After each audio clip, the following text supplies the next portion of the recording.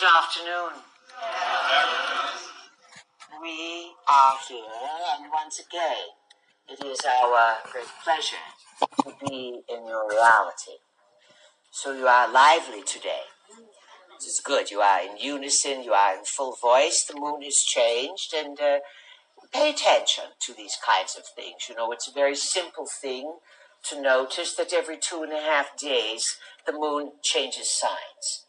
And if you follow this, quite simply, yesterday's new moon, by probably tomorrow, you will see the crescent, just the itty-bitty light of the crescent, perhaps even later today. And so you'll say, oh, it is just now first, just after the new moon. When your consciousness is oriented towards looking up to the sky, even if the Anunnaki manage the moon, it makes no difference in certain terms because you are extending your awareness to the environment of the cosmos. And by paying attention to your closest neighbor, the moon, perhaps you will begin to feel that the subtle changes that you have experienced when the moon is in Pisces. It is quieter. It is retreated. It is, especially a new moon, it is very dark, sort of hidden, cannot see. And then suddenly, boom, Aries happens. And then, you know, in a few days, this week, you are going to have the spring equinox. Sun moves to 0 degrees Aries. And then we believe on Thursday, Mercury is going to go retrograde in Aries. So that means that by Thursday, when Mercury goes retrograde over the degrees just past what it is now, in your mind you are going to be backtracking for 3 weeks. What you studied, what you learned here this particular weekend. Again, a new moon prior to the spring equinox. You're setting the stage for the spring quarter.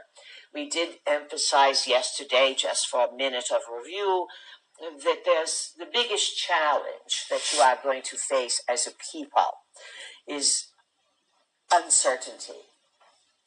What's real and what's not? Who's telling the truth? What's fake? Who's faking it? What is fakeness and fake-ish? All of this is going to become disturbing.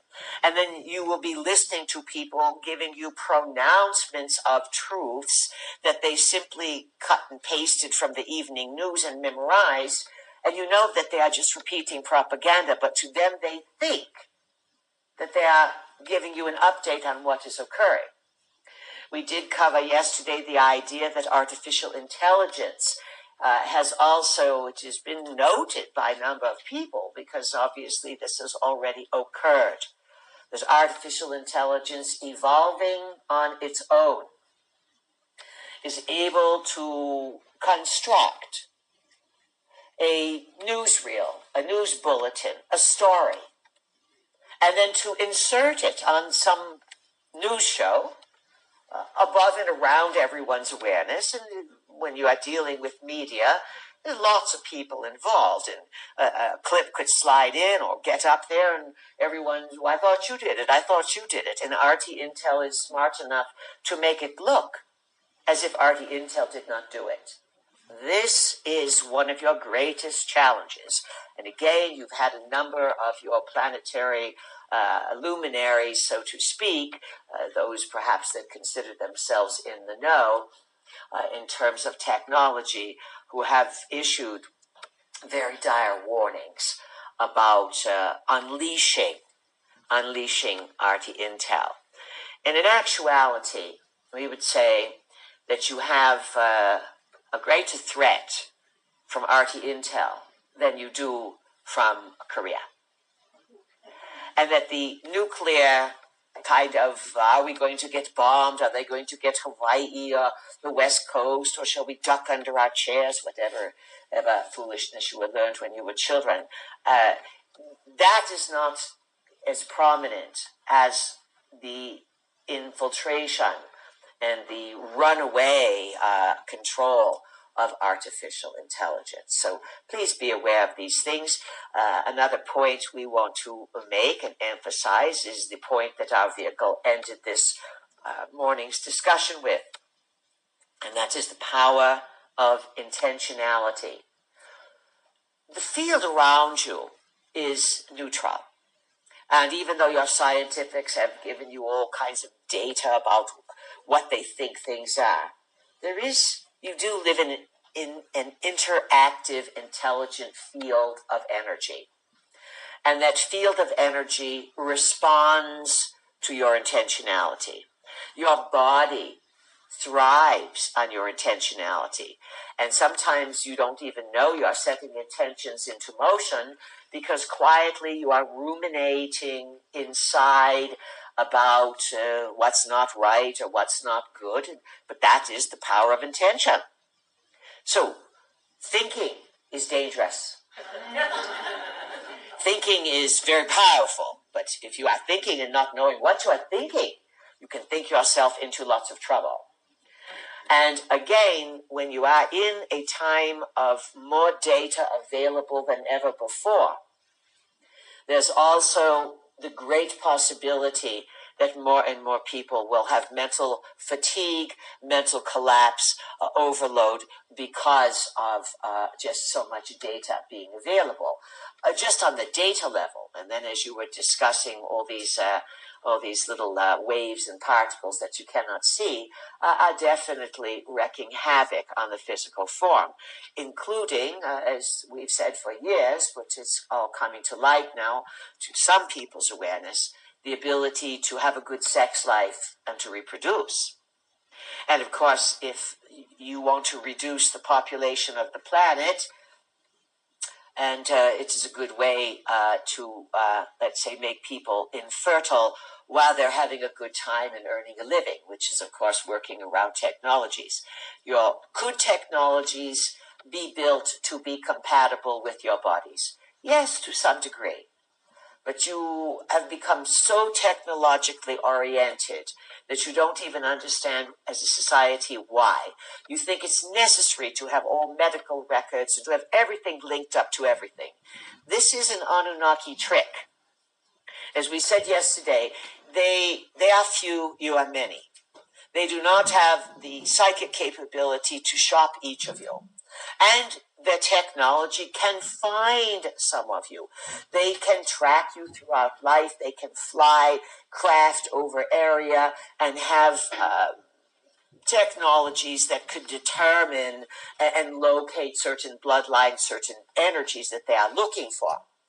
But to understand what all the surface people are thinking, what they are busy with, what they are plotting and planning, this took an infrastructure.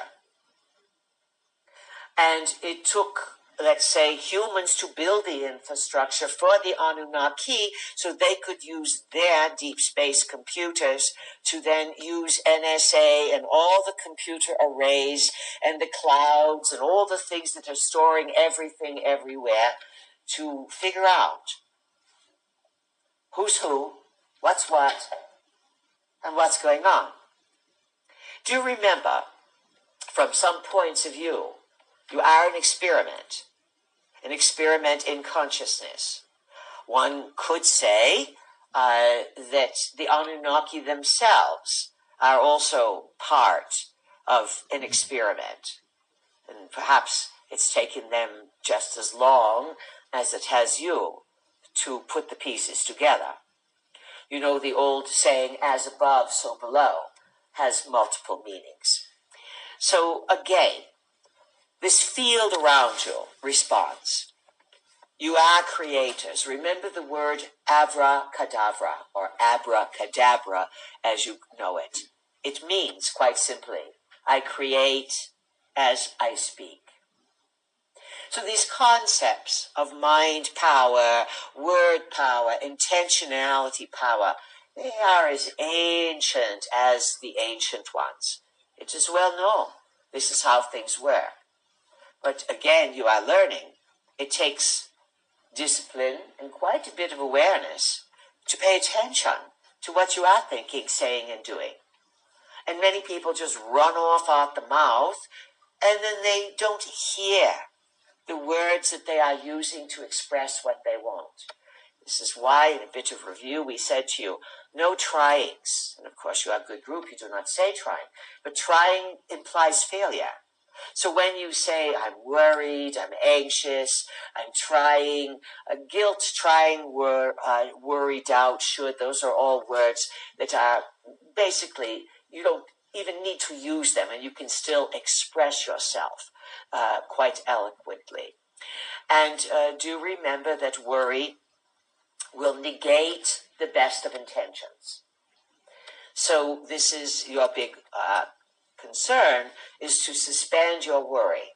How to do this? If you find yourself in fear, or you find yourself in worry, and you're getting anxious about something, and do remember that if your attention is not focused, and you are not in charge of clear thinking and clear attention, in today's world, it's going to create a lot of exhaustion and anxiety. And this is what many, many people are suffering from.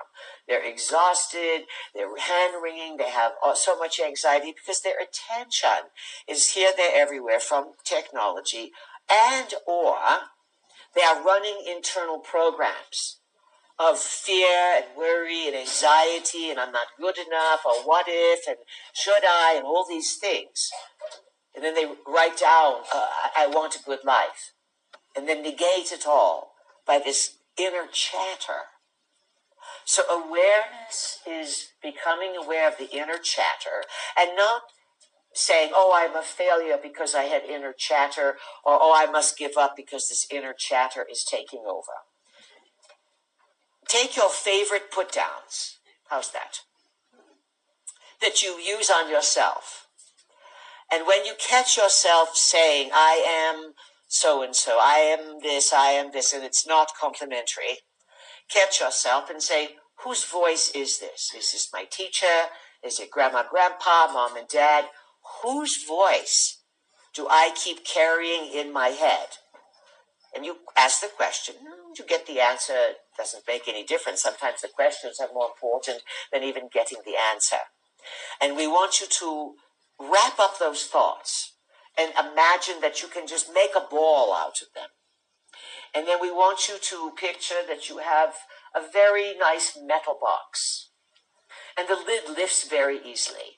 And whenever you catch yourself on these put-downs, these self-put-downs, you say, I'm doing it again. And this you must admit. You must admit that you are the self-talker that puts yourself down. Oops, I'm doing it again. And even tell other people so that you get embarrassed. Because sometimes if you are embarrassed enough, you'll stop doing it. Yes, if you self-disclose and say, I put myself down all the time, you're either going to send everyone away because they don't want to be a friend, or they're going to say, hey, wrap it up in a ball, put it in the box. And then, what do you really want? And then the question is, do you really want a good life? Do you really want a good life? Or, when you mess yourself up with your self-put-downs, is that what really serves you? So, dear friends, there's a lot of soul-searching that is required during these times. Discipline, self-awareness. The very good thing is Saturn is in its home sign. And we'll be here again until 2020 or some such. And then, 2021 actually. And then the other very good thing now this weekend, yesterday, Mars moved into Capricorn. So it's going to join Saturn and give you the energy, Mars, to have Saturn's discipline, to clean up these little, let's say, inner messes, so that you can blossom and shine like the most beautiful flowers coming into their season in spring and summer. So give yourself the benefit of the doubt. Don't waste this lifetime. Pick a favorite flower and imagine that you are that flower with an exquisite fragrance, and this is what you want to emulate. Replace some sort of beauty with these self-criticisms, and do your best. We will help you. We know there were a lot of blue flags out last night.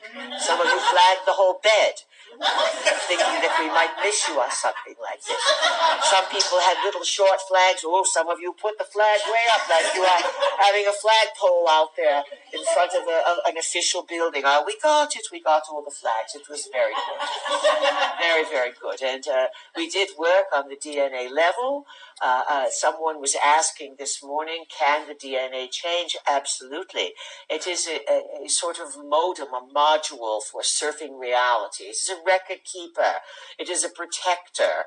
It stores everything. The DNA records every nuance that has happened in your family line, your ancestral tree, etc.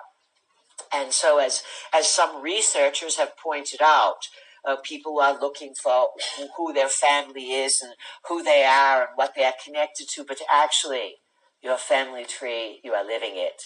It is inside of you.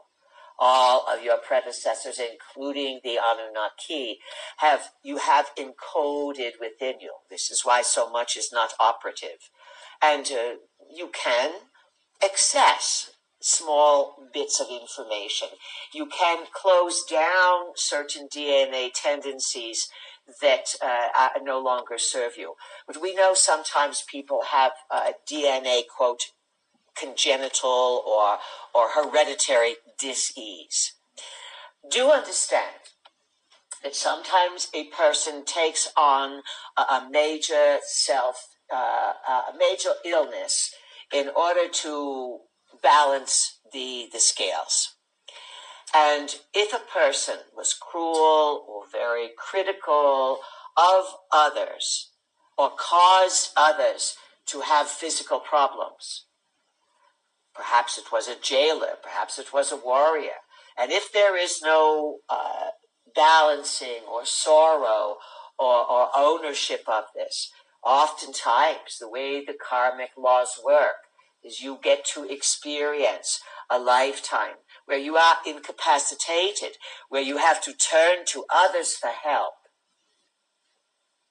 This is very important to understand, that those who have to have help, perhaps this is their ultimate karma, and perhaps they did not give help in other lifetimes, and so this time they are vulnerable and at the mercy of others.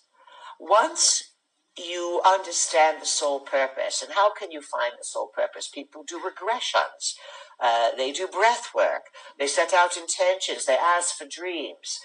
What is really going on? What is the bigger picture? How do I connect with the higher self of my child to understand what their soul mission is? Ask, look for it. The more you seek a truth or the truth and put it out there as an intention and a desire, because it will help you settle into understanding, that data will become readily available before you.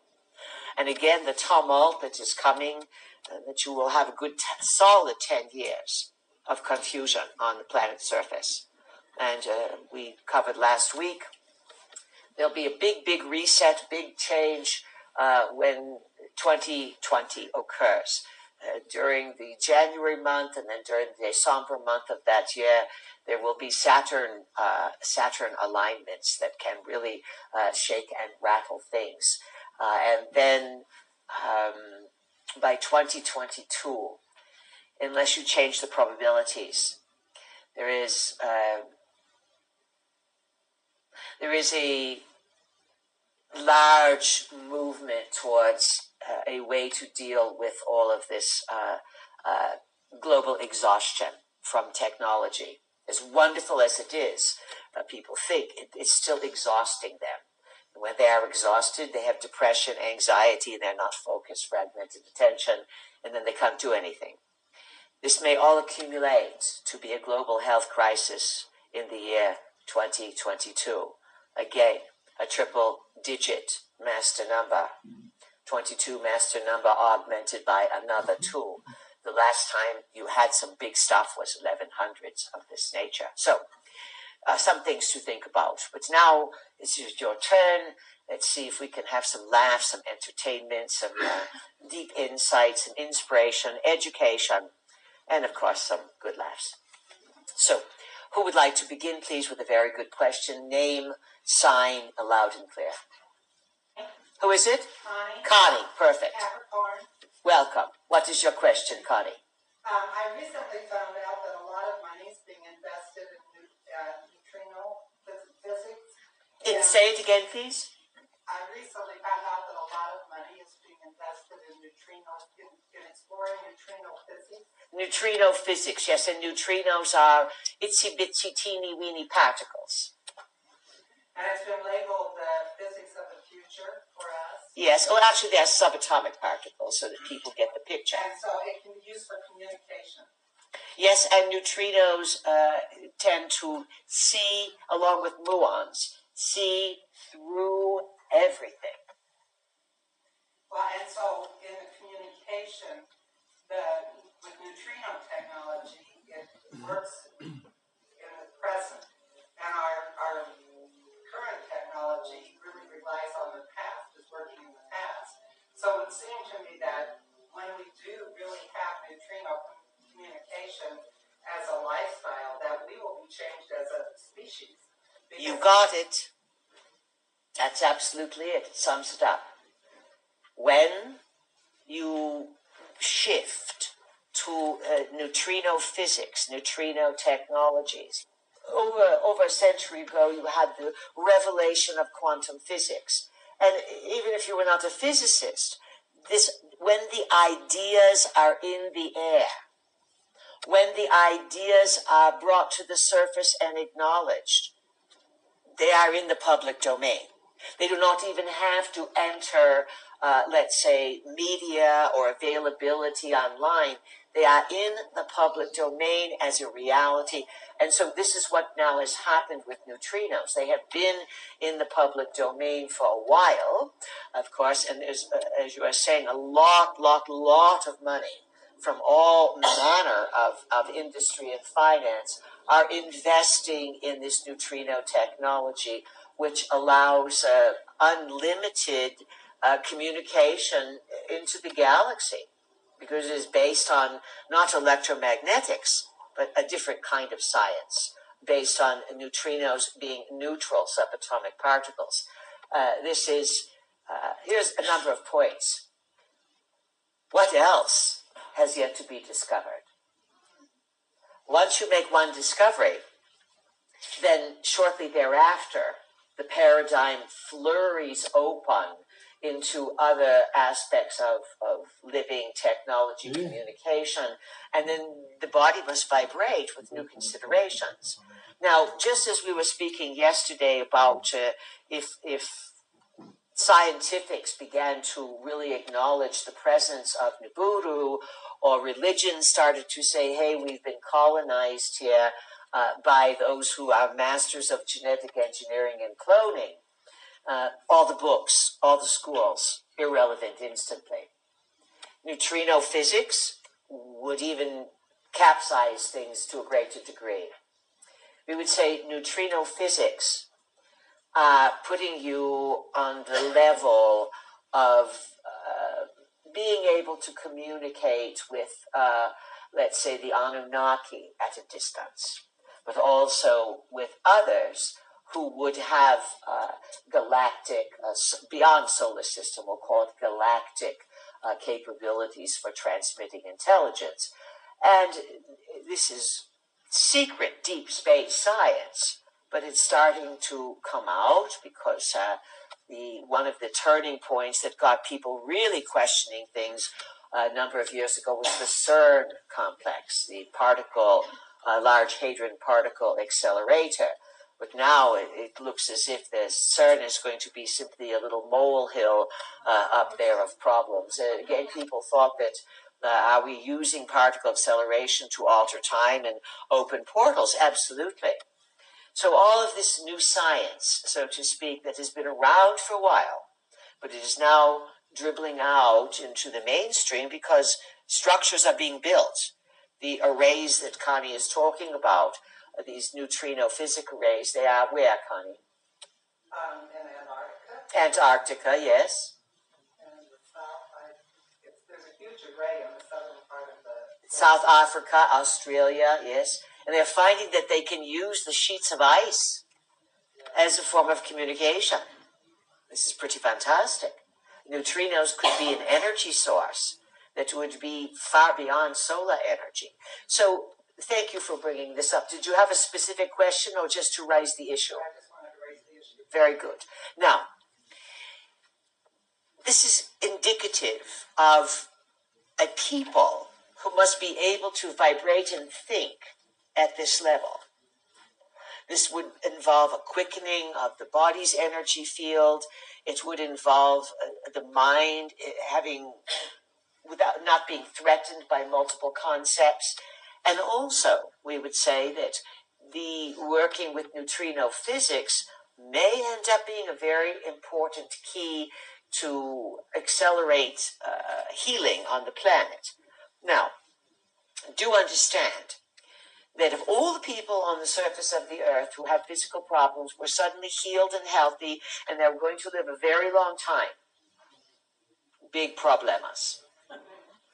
What are you going to do with all these people? Who's going to pay for it?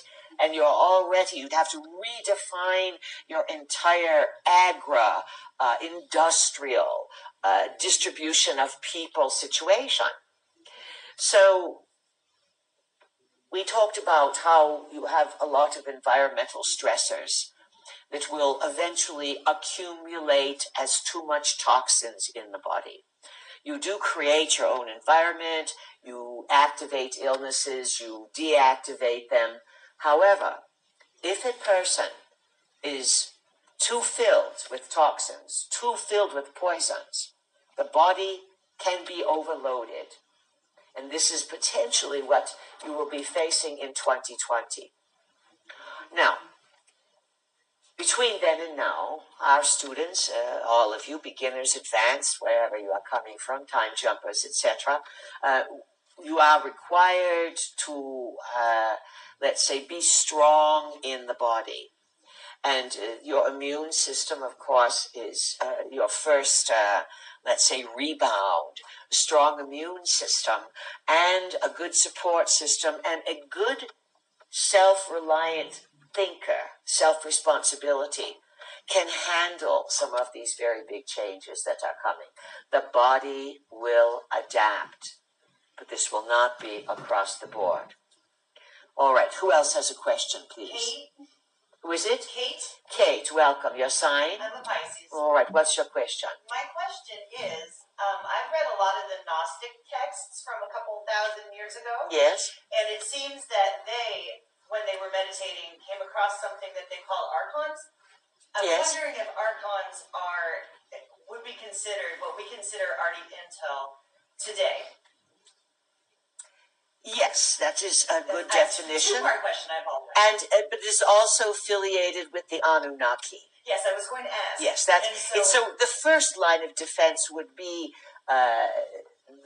are the archons another reference to the Anunnaki? Yes, they are referring to interlopers or those who apparently are not like the rest and who have power to manipulate. Yes. And then underneath that, you said, would they be... Who did you say the first? Would the archons that the Gnostics mentioned be considered Arti Intel? Oh, yes, that was your first question. All right. All would go in the same category. The archons refer to something that the people had to deal with. Some people called the Anunnaki and some of the artificial intelligence the Watchers. So there was lots of different names. What else do you want to know, Kate? I wanted to know if these archons are Arti Intel and they're mentioned to be very manipulative, to be able to get into people's minds, plant ideas, etc., is it possible that the Anunnaki are being worked over by them? No. Okay. No. The archons would be a product of the Anunnaki, and the archons would have had forces to join them. They are not so much artificial intelligence as they are also non-physical entities who live in the non-physical realms. So the Anunnaki have sort of gridded your planet with a type of technology that is not like yours. Remember, they are big on stone. And they know how to use the properties of stone, of sunlight, of gemstones. So they operate with a different technology that they don't want to give you, and you're not capable of mentally activating properties within stone. But you were capable of giving the property of silica or crystal and being shown how to make little chips with it and insert them in machines. Even all of your computer technology would be very simple compared to perhaps the type of technology that archons would be using. Now, today, technically, artificial intelligence can reside within a machine. You do understand this. But it also can be activated and put into a quasi-form, so that a form that some would call an avatar, a replication of a lifestyle, could be actually a walking type of computer. And of course, this is what many inventors are putting together around the planet. A person sitting there talking to you, but they are really an artificial intelligent computer. So when you are talking about RT Intel, it can appear in a lot of ways. And of course, because the Anunnaki are very clever and had a long time in their terms and yours to perfect their genetic experimentations, it's possible for them to have an artificial intelligence inside a grizzly bear if they want to. So in many ways that they can invade your world, merge among you, and you, because you are psychically flat as a people, punished for your psychic abilities to see beyond the current moment, you are easily tricked. You are naive to a very, very large degree. And these times are about, let's say, letting that naivete go so that you are much more intelligent as a species and much, much, much more psychic. And this will unfold over the next many years.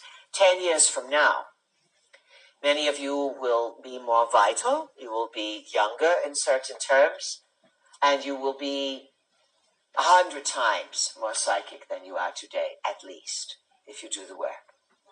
All right. Who has a question? Lyle, welcome. What's your sign? Sagittarius. Lots of Sagittariuses.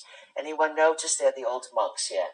Yes, they're all gathering together. And Lyle, what's your question? I wonder if artificial intelligence has anything to do with our government's mass mind control programs and MK Ultra and the mass shootings around the country.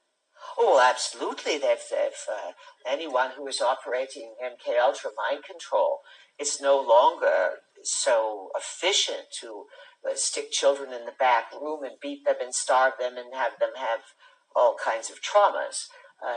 Computers can traumatize people just as easily and split the brain very quickly in seconds.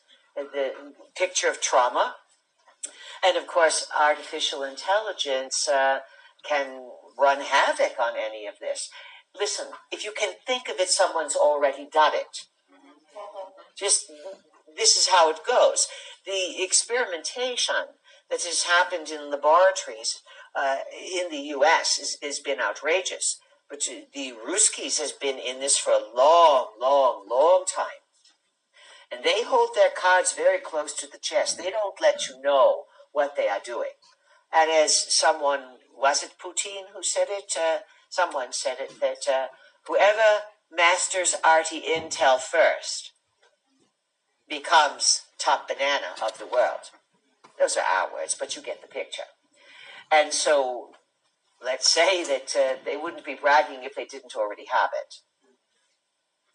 And just to tie up a little bit on Russia, they're not so super populated. They're large landmass covering 12 time zones.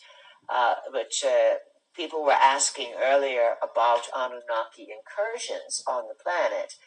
And there's discoveries that have been let out. The Russians don't want you to know what they have there.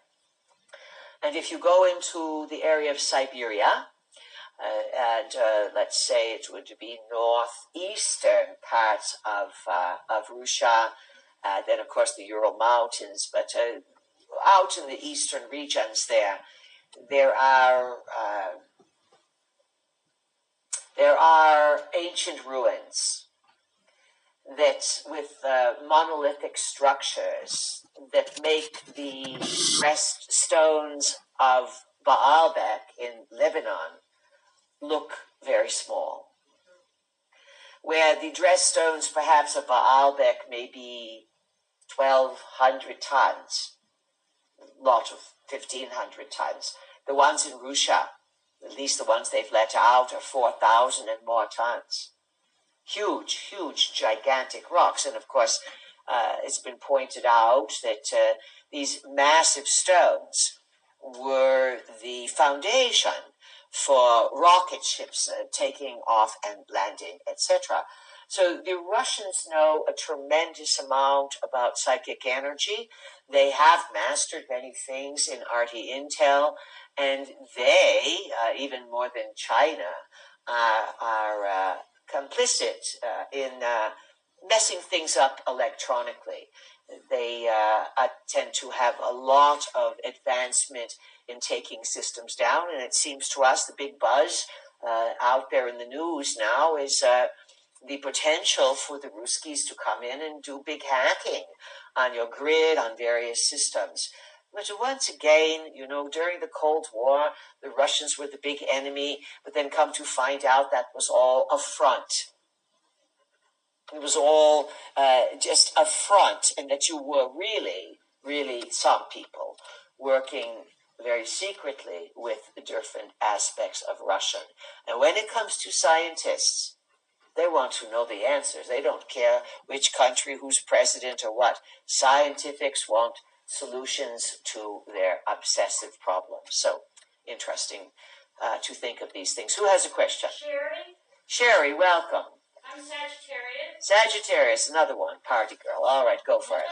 So you said something earlier about boosting our immune system, and it reminded me that since I moved in with my mom, we have laughed so much, so many times. It's the best booster. It's the best booster. I'm wondering if laughter can put you into a different reality or an alternate state. Well, yes, you can say it's an alternate state. Laughter gets you out of the conscious mind. It lowers those brainwave cycles from beta to alpha. And in alpha, you are very creative, you are goofy, good ideas come up. It's a stage of alpha, let's say. Just as our vehicle perhaps gave you instructions, or we have to separate your jaw and relax your tongue. This takes you out of a conscious mind and a little bit lower into a more relaxed state. And of course, if you can laugh, if you can just relax and just be loose, and then you allow the energy to go through you. So that is a good discovery there, Sherry. Anything else? No, that's it. All right, good point. There have been people who have said that when they were given a very intense diagnosis from medical situation, they laughed their way through their recovery by watching all manner of old movies that were sort of slapstick funny. So there's all manner of methodology to relax. Once you relax, then you allow the energy to move through you. Our vehicle had a discussion with you about the floating spa now here in Raleigh. Any of you who need to have a bit of relaxation, go sign up. They are next to the Indian restaurant. It'll be a good treat for you, especially you water people. You'll want to sign up there for every day. They won't let you, but that's all right. It will change your brainwave cycles. It will put you more into theta state, where you're more creative. Who has a question? Hi, Pete. This is Dylan. Dylan, welcome. Capricorn. Capricorn. My question is, what are some practical ways to use the game board to enhance the power of your intentions and creativity? So what's practical ways to use the game board? You know, anything you can think of. Here's a real simple one.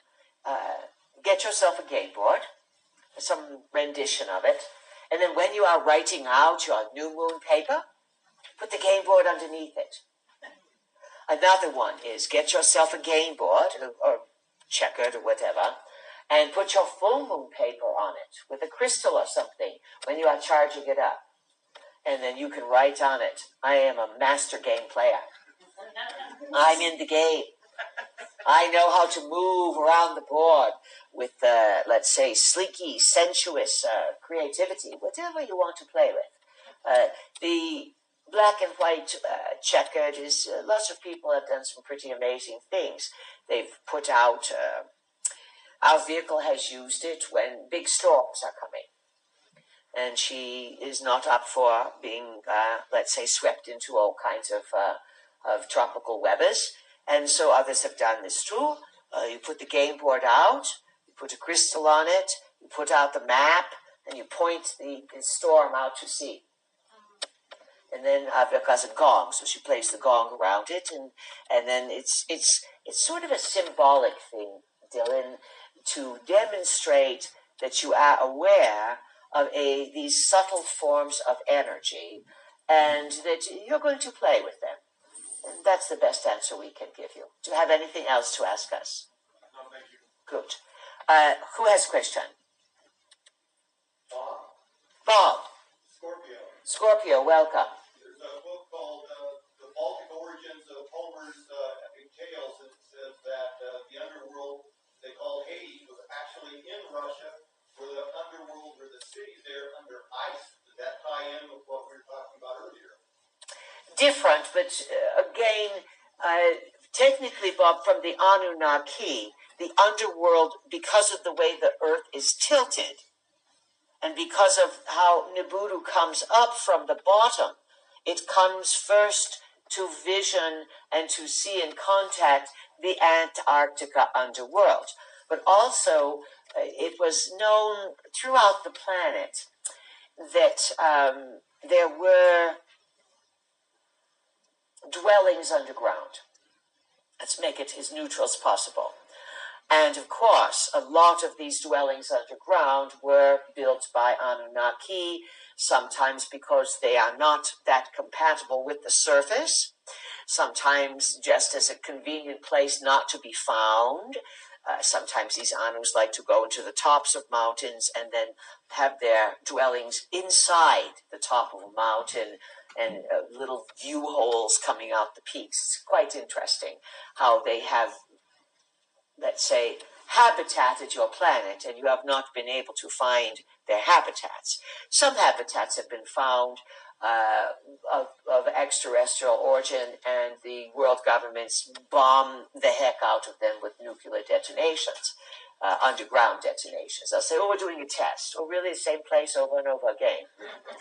So, often it was called Hades. And there are a number of Hades.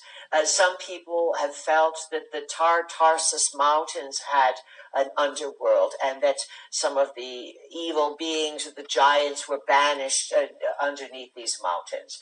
Then the report is that the CERN complex, which is on the border of Switzerland and France, the reports are is that CERN was purposely built over an ancient Roman city, and that the Roman city was built where it was because of its connection to tunnels that led deep underground to a place called Hades. Now you are saying that in Homer's work, Yes. that there was a reference to a Hades deep underground in what part of Russia was it? It wasn't underground, it was under the ice. Under the ice. So that would be... They say the Trojan War was fought basically in Finland, because the ultimate warming period was like 16,000 to 17,000 years ago. And when they do a map of everything, it doesn't fit in the Mediterranean, it fits in the Baltic area. interesting. Again, different interpretations of time and history, and people who often are writing out ancient history. How many people wrote? How many people understood things?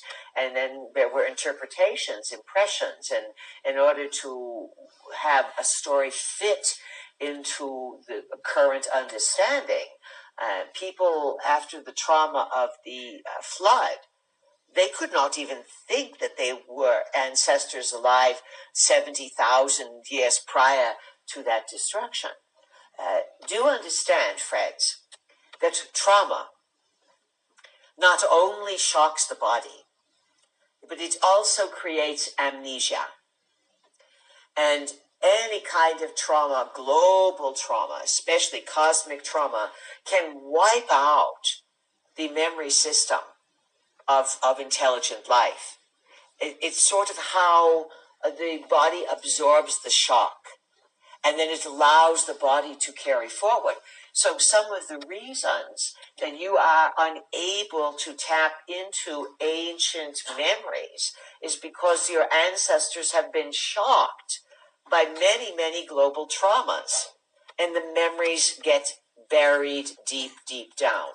This is why when people have body work, many old memories are stored in soft tissue. And as the body starts working and things come to the surface, snippets and bits of memory can come forward. Now, the other part of shock and trauma is this, and we were going to suggest this earlier. Shock and trauma also makes you more psychic. And when we said to you, you're going to be, some of you, at least 100 times more psychic 10 years from now. This is how, let's say, this is based, MK Ultra is based on this sort of, it was a default thing. They realized that the more they traumatize people to program them and control them, this was in the 50s, 60s, and even 70s, it was realized, then the people, some of them, not all, but some of them, became much more psychic. And they could anticipate what was coming next. And then on top of that, they began to create internal healers that superseded the MK Ultra controllers.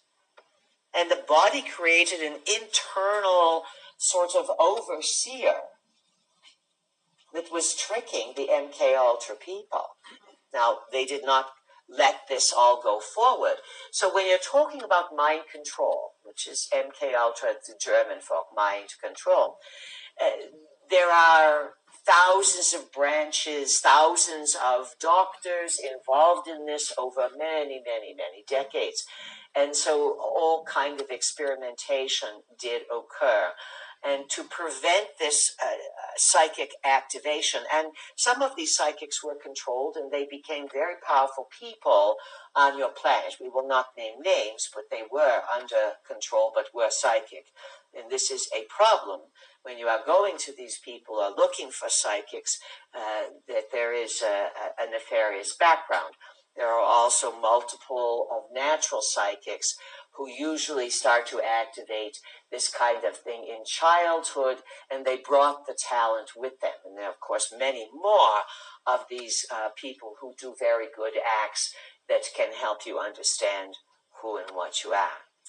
Lots of double-edged swords. Technology, again, shocks, traumas. Sometimes it improves and sometimes it destroys. Who has a question, please? Michelle? Michelle, welcome. I'm an Aries. You're an Aries. Happy birthday. Thank you. What's your question? Loud and clear. I was curious, what are your thoughts about activating the nervous system's natural mechanism of shaking or tremoring as a way for the body to process trauma? Oh, yes, absolutely. The animals will shake and a body will shake to warm itself and to start to activate the metabolisms. You bring up an excellent point. There are many built-in sort of buffers that the body naturally moves to help itself balance trauma. And yes, as you said, this vibrating and shaking can indeed be very soothing, because it sort of rattles off and reestablishes a balance within the body. What else do you want to know? I was also curious about how we might go about discovering other types of these, what seemed to me to be like a dormant program that's beneficial for the body and the mind integrating. Again, it's a good question you are on. How could you go about discovering some of these dormant programs within the body? First of all, to recognize that your body may be full of dormant programs that will come as solutions to whatever challenges you are facing. That is a huge leap in consciousness. It is a massive gift that you give yourself when you acknowledge that perhaps the body is a self-healing mechanism. And of course, it needs support. But you know, many times an animal out in nature can have a very big shock. A near miss, a fight with another animal, escaping a trap, losing some of their young, etc. Animals have emotionality.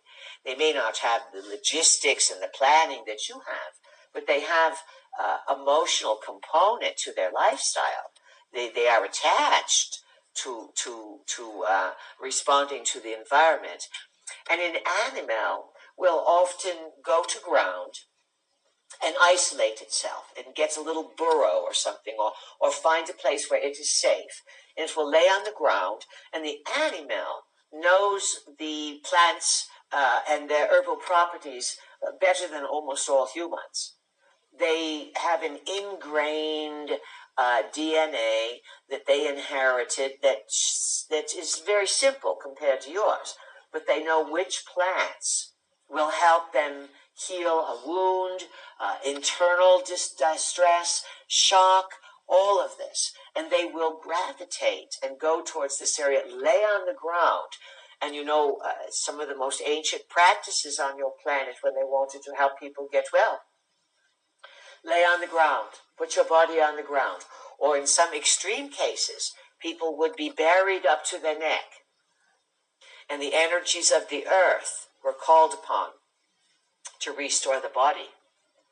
And to answer all of this, you are on a precipice of panic, of great destruction, of who's going to save me and fix me, my body's falling apart, we are all sick, sick, sick. And realizations, massive, wonderful, beautiful realizations, many coming from so many people, about how the body really does heal itself, given time, given support, when your fear gets out of the way. And again, this is one of the biggest challenges all of you will face. Managing your fear, keeping it down to that's non-existent, and being able to be clear about what is true and what is not true. Anything else, Michelle? No, thank you very much. You know, tapping the body in various places is very, very efficient. And so is acupressure, learning how to hold certain meridians. All of you would be enhancing your life and your personal relaxation to a great degree if you take up some course of study that empowers you so that you know which herbs, which place to touch, when to relax, when to take something, when to let it go. And your confidence level would boost tremendously. You will help each other and you'll be relaxed. And the more you are relaxed, the more you will be open to higher levels of information. When your jaw is clenched, you are in fear, you are in anxiety, you can't tell what's true and what's not true. And you are desperate, and you take desperate measures that are not always appropriate. Who has a question? Hello, please. This is Maxim. Maxim, welcome. Thank you. So my son is Aquarius? Aquarius, yes. So I have a question, please, about Enki. About Enki. Yes. So you mentioned a while ago how Enki left a back door in the DNA.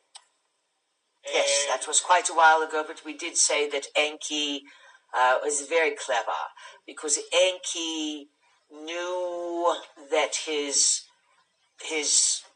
Anunnaki counterparts, let's say, were on a very destructive course. And no matter how many arguments he had and how much he went up against the council, Anu, his brother Enlil, he could see that he did take matters into his own hand, and he left certain traces within the DNA. And over time, before Maxim asks his question, over time, Enki found ways to, of course, he was in charge of the moon, but he found ways to work through that back door by using cosmic energy. Now, what is your question? Well, very interesting. My question was, in one of your books, Earth, you mentioned how Kundalini fires the code. So my question is the serpent energy at the base of the spine one way to fire the code, so what Enki left in the DNA? That's a good question. The Eastern Hemisphere peoples have a greater understanding of Enki's role in assisting humankind to refine themselves. And there have been cultures and experiments that succeeded in using the physical body as a vehicle and to travel. And sometimes people just didn't like the body anymore because the traveling seemed to be much more fun. And this again, these are trained peoples, and some of you have this old memory within you. So the reason they called it the snake, because Enki was considered to be a serpent or a snake of wisdom, and that at certain junctures in your life, the energy from the pelvic girdle would rise up the spine and create an activation of energy, of intelligence, of like an internal volcano going off that totally changed one's perceptions. Now, today in the modern world, around 39, 40, it's sort of understood that there will be a Kundalini stirring. But because of the lifestyles that people lead today, more often this activation does not happen, or people suddenly break out of what they're in and they lose their mind rather than integrate their mind. So this Kundalini rising is there. This Kundalini energy is there as a great potential to pull it up the spine and to use it to activate these chakras, as you call them, psychic doorways. Now, if you understand the physical body as an organic life form with a built-in antenna that reaches out to the cosmos, you can redefine your physical form.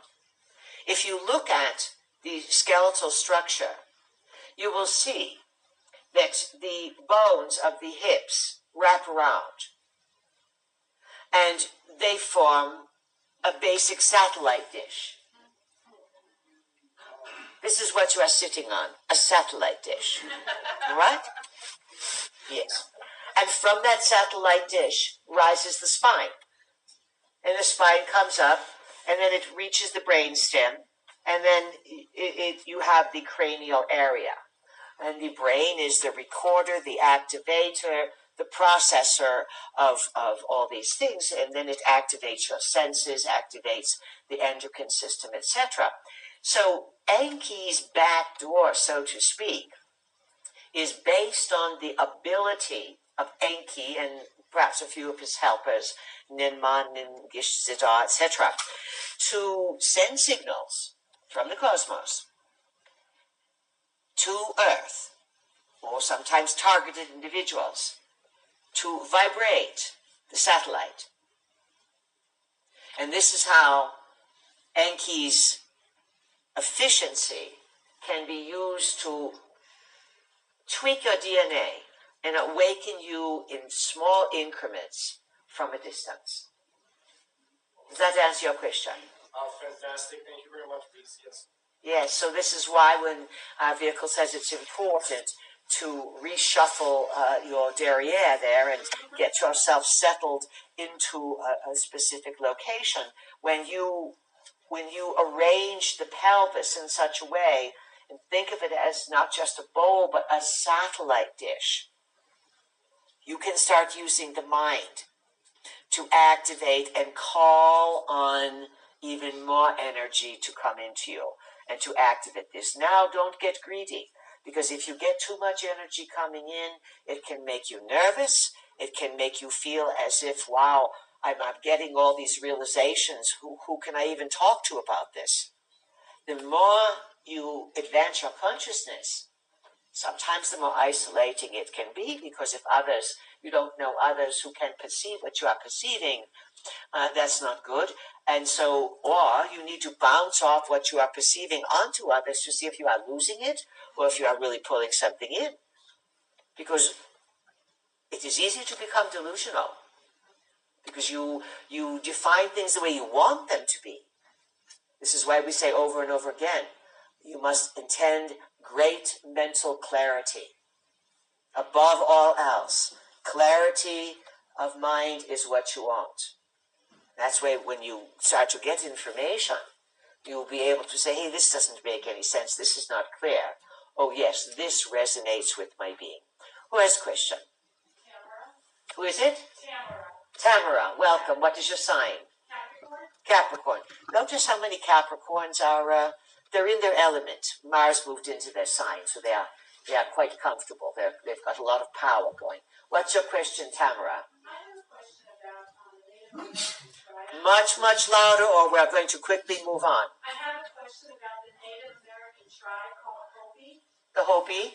Yes, their ancient stories and origins talk about coming from the ground. Yes. Called the Kiva. Yes. Which you'll find in many ruins.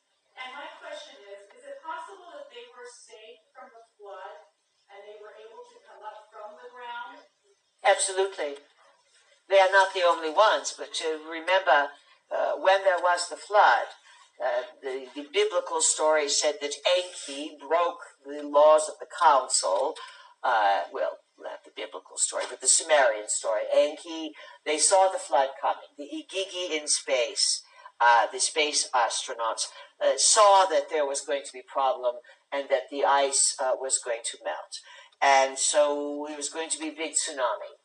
And so the Anunnaki decided, according to their records now, they don't always tell the truth, but this is their story. They said, water's coming. They were forbidden to warn the humans. And so then they act as if there were only one batch of humans left, Noah and his family, because they were the ones that were warned. But then that would make it that all people had the exact same DNA if it was Noah and his friends, etc., who survived, when that is not the case at all.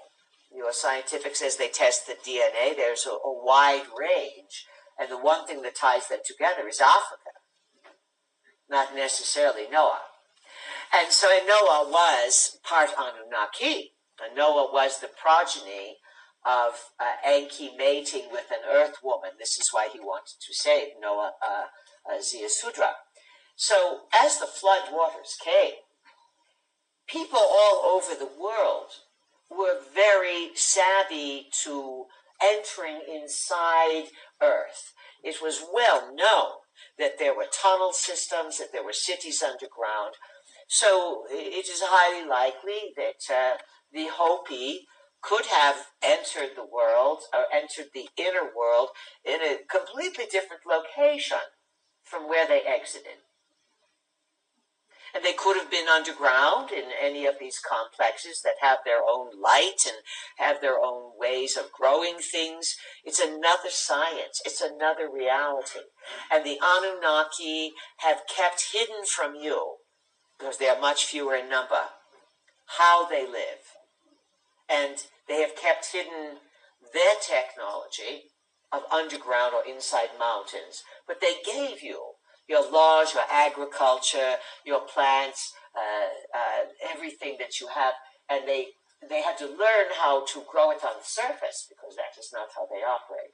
So there would be a great validity to this. And then many of the native peoples talk about the space visitors that come, the Kachinas, etc., and they would project onto them as being their guides, their teachers, because if you are primitivo, and you people are primitivo, your ancestors were primitivos compared to visitors who can do so much more.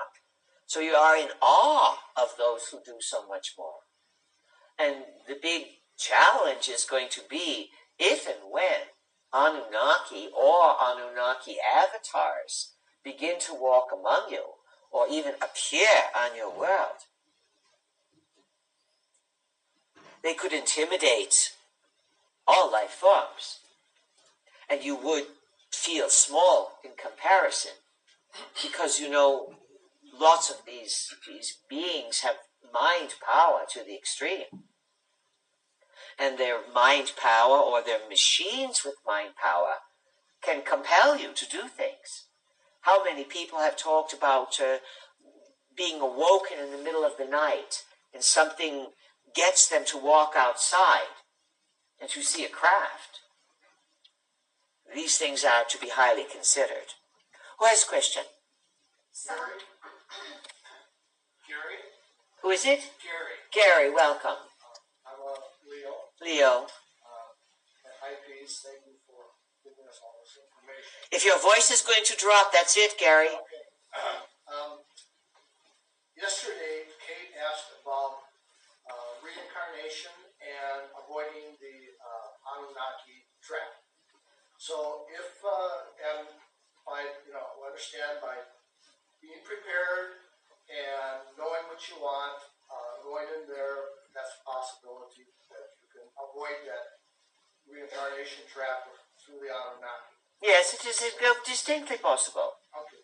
So if you do that, if you can avoid that, well then what are the other options, I guess you could say, for the soul's journey? I mean, would you still incarnate under other circumstances, or would there be other things that are places that the soul will journey to? Well, Gary, if you have unfinished business on Earth, even if you do escape an Anunnaki recycling sort of situation, where, and again, Anunnaki and their recycling is going to take advantage of your belief system. So once you have a belief system that gives you the sovereignty, the autonomy to use abracadabra, I create as I think, large majority of people do not have that, so they are easily recycled. And then they believe that they are sinned or flawed, or they are going to go to their Lord in heaven, and so of course they are going to be Anunnaki. Anunnaki do not even have to recycle you, you recycle yourselves. You understand that? By your beliefs. So, don't be so concerned that you are going to get snatched by the Anunnaki. It's a waste of energy. And if you have unfinished business, you will come back to Earth. You may come back to Earth 500 years ago. So when you decease the planet, Gary, in this century, if you decide this is your century, but we'll guess that you are going to decease during this century, during the O's, and that you could get out and get to meet your oversoul and get clear about, wow, here I am, I had that life, and I've had these other lives, and I have unfinished business on Earth, and I may be more comfortable incarnating in the 1600s. And so this is very important to understand, that you pepper yourself around existence, not necessarily in a linear capacity. The linear time that you are living within, where the sun rises in the east and sets in the west, this is a natural phenomena of the position of the planet, sun, world, its nature. And this cycle that you have of time, it appears that it's this ever expanding now, and yesterday was gone, and you don't know what's coming in the future. And the rotational cycle and the sun and the orbit, etc., keep this time, but it is only an interpretation. And the Anunnakis tend to find different time sections, and you are now, with your watches and your world and clocks and things, you're very, very much thinking that everything is linear. Your ancestors, even 500, 600, 700 years ago, did not think that way. They may have used mechanisms to tell time, but they were not as trapped in time as you are. And then the larger picture, time is simultaneous. So someone like Enki, for example, when he was doing genetic engineering with Ninmah, and when he decided to put a back door in some of this DNA in the later years of his experimentation, he was unique. And his team, so to speak, were very, very smart. Enlil was more fury and power, commander of the world. Enki was the brains. And being that these beings understand time, Enki could jump forward, see what would occur. Now, today you call that remote viewing. But what you must understand is when you're jumping the timelines, wherever you jump to, that's not it. There's all manner of possibilities and decisions that would have to happen between the now and the future that you see. You cannot count on a given future. And the Anunnaki know this, and this is why their New World Order wants to herd people into one future as if you have no choice. And of course you have as many futures as you can think of. We hear the beeper, thank you.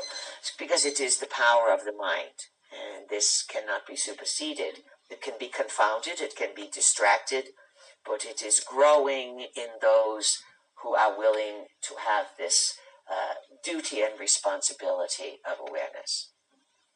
So, anything else? No, thank you. That was very helpful. All right, very good. And so, release your concerns. You will get over there because you've already made the decision.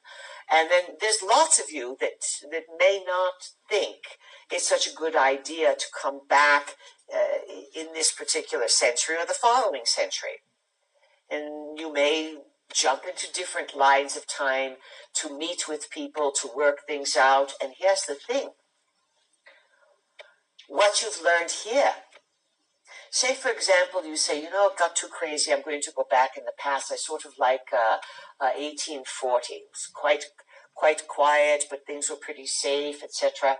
And your soul could then bring the ideas that you learned in this now back to 1840. And then, of course, you would create a chain reaction of change. And there is no staticness to time. Time is constantly flowing, changing, evolving. So you can then learn from many, many realities. And then yesterday we gave you the assignment of the numbered oversoul. And ideally, everyone has come up with some numbers today. And again, we recommend 4 digits. It's kind of convenient, and then you will have a wide variety, and then put your oversoul to work. The smarter you are, and the more you engage with the oversoul rather than the oversoul being frustrated with you, the more you engage with this oversoul and put your ideas out there and be a little full of yourself now and again. You'll get your oversoul going to another level, and you will go to another level, and then we will get good grades for being good teachers. We always have an ultimate, what is it called there, motive or something. Ulterior motive, yes, of course. We come here, we've learned so much from you, but there is an investment that we gain from your expansion of consciousness as you start to reach outward. So the beep are beep. So let's just come to a little bit of conclusion here for a few moments. You are asking some very good questions, and you are absorbing a lot of data. And of course, Sedona is very supportive of this transformation. And see if you can break your isolations. Some of you have not reached out enough to have a friend, a pal, that you can share these ideas with. And so the socialization that you feel here, the comfort, make a friend. Reach out. Perhaps you want to meet again, or you all need someone, many people, to talk these ideas over with, to share what's coming up from inside, for someone to say, that doesn't make any sense, or wow, that's a great idea. You need people to bounce your ideas around with, and you need to come out of isolation. And big, what you need, much less technology. Much less technology. And before you go to lunch, we'll tell you this. Not so long ago, our vehicle heard a call in on the radio, and the person was quite clear about his ideas. And they were bemoaning about the technology and how complicated things were, etc., and how distracted people were, driving and rude, and everyone's losing it with their cell phones. He says, the cell phone is a disease. He was a good old boy. He said, pay cash, get rid of the cell phone, and go sit on the porch or something like that. Real simple, but he got it. See if you can emulate it. In the meantime, pleasant journeys on your lunch hour. We'll see you later.